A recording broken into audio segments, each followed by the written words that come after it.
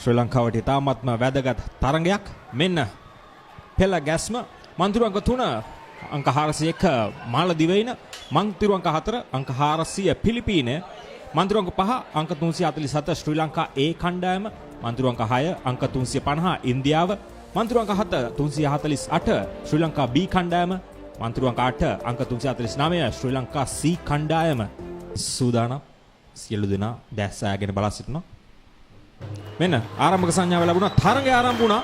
ඉතාමත් හොඳ ධාවනයක් මැද මන්තිරු වල ශ්‍රී ලංකාව සහ ඉන්දියාවෙන් මේ අතරම ශ්‍රී ලංකා B කණ්ඩායම සහ ශ්‍රී ලංකා C කණ්ඩායමකට අපි මතක් කළ යුතුයි. ඉතාමත් හොඳ ධාවනයක දෙනවා මේ අවස්ථාවේදී. මෙන්න දැන් අරුණ දර්ශනට විශේෂ අවස්ථාවක් තිබෙනවා. මන්තිරු අංක 5 සිට ඔහු පැමිණෙනවා ඉදිරියට. හොඳ සටනක් ඉන්දියාව සහ ශ්‍රී ලංකාව අතර. දැන් අරුණ දර්ශන ඉදිරිය ලබා ගන්නවා. මේ නැම්මේ වාසියත් සමගින් ඔහුට අනිවාර්යෙන්ම හැකියාව තිබෙවි. ශ්‍රී ලංකා ක්‍රීඩකයන් දෙදෙනාත් ඔහුට සහායට ධාවනය කරන්නේ. දැන් අරුණ දර්ශන ප්‍රථම ස්ථානයේ ධාවනය කරනවා. ශ්‍රී ලංකාවට අවස්ථාවක් තිබෙනවා ප්‍රථම යෂ්ටි හෝමාරුව සිදු කරන්නට. ශ්‍රී ලංකා කණ්ඩායමේ අනෙකුත් ක්‍රීඩකයන්ගෙන් හොඳ සහායක් අරුණ දර්ශනට. හොඳ සහායක් සමගින් මෙන්න අවසන් මීටර කිහිපය ශ්‍රී ලංකා B සහ ශ්‍රී ලංකා C. නමුත් අරුණ දර්ශන මුලින්ම යෂ්ටි හෝමාරුව සිදු කර ගන්නවා. ඉතාමත් හොඳයි. මෙන්න දැන් දෙවැනි ධාවකයාට අවස්ථාව. ශ්‍රී ලංකාව වෙනුවෙන් වේගයෙන් ඉදිරියට ඇදෙනවා ඔහුත්. ඒ තමයි සදේව් රාජකරුණා, ශ්‍රී ලංකාව නියෝජනය කරන තවත් ප්‍රබල ක්‍රීඩකයෙක්. දැන් ඔහුට අවස්ථාව ඇතුළත මන්තිරුවට පැමිණ නිදහසේ ධාවනය කරන්නට. සදේව් රාජකරුණා ඉතාමත් හොඳින් තමන්ගේ සගින් දෙදෙනෙකුත් රැගෙන තමයි යන්නේ මේ අවස්ථාවේදී. පොකුරක් ලෙස ශ්‍රී ලංකාව, ශ්‍රී Lanka A, Sri Lanka B, Sri Lanka C කණ්ඩායම් තුන ඉතාමත් හොඳින් පෙරමුණ තබා ගනිමින් ගමන් කරන ආකාරය පෙනෙන්න තිබෙනවා. අනෙකුත් කණ්ඩායම් දෙක අගය කළ යුතුමයි. ශ්‍රී ලංකා B සහ ශ්‍රී ලංකා C කණ්ඩායම් දෙක. ශ්‍රී ලංකා C කණ්ඩායම හොඳ සහයෝගයක් ලැබෙනවා. මේ රජිත රාජකරුණා ඉතාමත් හොඳින්. දැන් යෂ්ටි හෝමාරුව නැවතත් ආර් මදුෂ වෙත. මදුෂ ඉදිරියට ඇදෙනවා වේගෙන්. තාමත් ප්‍රථම ස්ථානයේ ශ්‍රී ලංකාව හොඳ කාලයක් වාර්තා කිරීමයි මෙහි අදිටන. වේගවත් ආරම්භයක් ලබා ගත්තා අරුණ දර්ශන. දෙවැනුවට රාජකරුණා, දැන් මදුෂ. ඉතාමත් හොඳින්. ඒ අතරම ඉන්දියාවේ ක්‍රීඩකයා මෙන්න පැමිණෙනවා. අනෙකුත් අපේ ශ්‍රී ලංකාවේ B සහ C කාණ්ඩ පරද්දන උත්සාහයක් දරනවා. නමුත් ඉතාමත් හොඳයි. මේ වන විට මදුෂ තමත් ශාරීරික සම්පන්නයෙන් ශක්තිමත් ක්‍රීඩකයෙක් හොඳින් ධාවනය දෙනවා. මෙන්න ඔහු පැමිණෙනවා අවසන් මීටර 100ට. පරතරය ඉතාමත්ම හොඳයි, වේගය ඉතාමත්ම හොඳයි, රිද්ම ඉතාමත්ම හොඳයි. ඒ වගේම පිටුපසින් හොඳ සටනක් ලබා දෙමින් ඔහුව දිරිගන්වනවා ශ්‍රී ලංකා B කණ්ඩායමේ ක්‍රීඩකයා. දැන් මදුෂ අවසන් යෂ්ටි හෝමාරුවට. මේ තමයි කාලිංග කුමාරගේ ශ්‍රී ලංකාවෙන් තවත් ප්‍රබල ක්‍රීඩකයෙක්, මීටර් 400 නම තැබූ ක්‍රීඩකයෙක්. දැන් කාලිංගට අවස්ථාව. හොඳ කාලයක් වාර්තා කරන්නට ශ්‍රී ලංකාව රැගෙන යන්නට ලෝක මට්ටමට. දැන් ඔහු පැමිණෙනවා ඉදිරියට වේගයෙන්. හැකි සියලුම වෙර යොදමින් ශ්‍රී ලංකාව වෙනුවෙන්.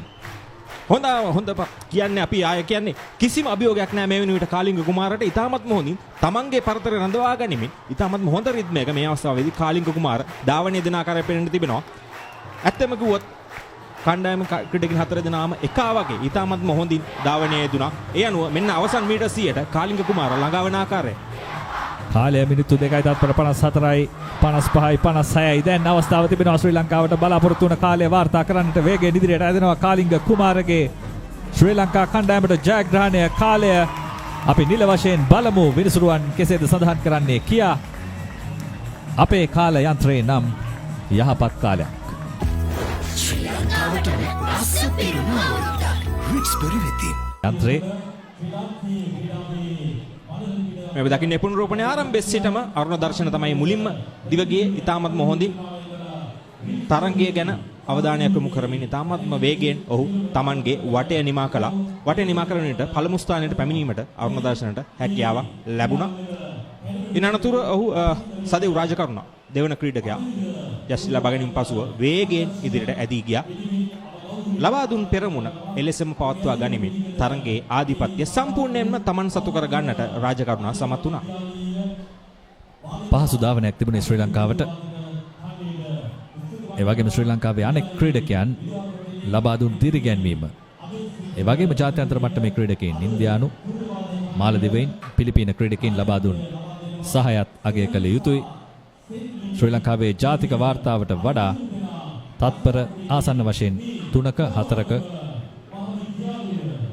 පමාවක් තමයි තිබුණේ.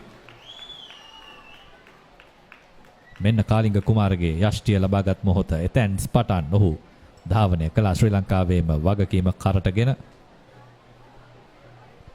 අප දැක තිබෙනවා කාලිංග කුමාර ජාත්‍යන්තර පිටියේ ශ්‍රී ලංකාව වෙනුවෙන් කෙතරම් හොඳින් ධාවනය යෙදුණාද කියා.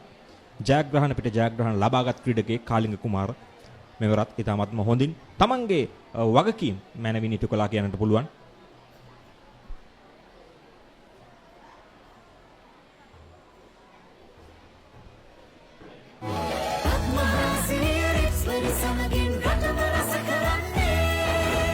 ශ්‍රී ලංකාවට රස පිරුණු අවුරුද්දක් රිට්ස්බරි වෙතින්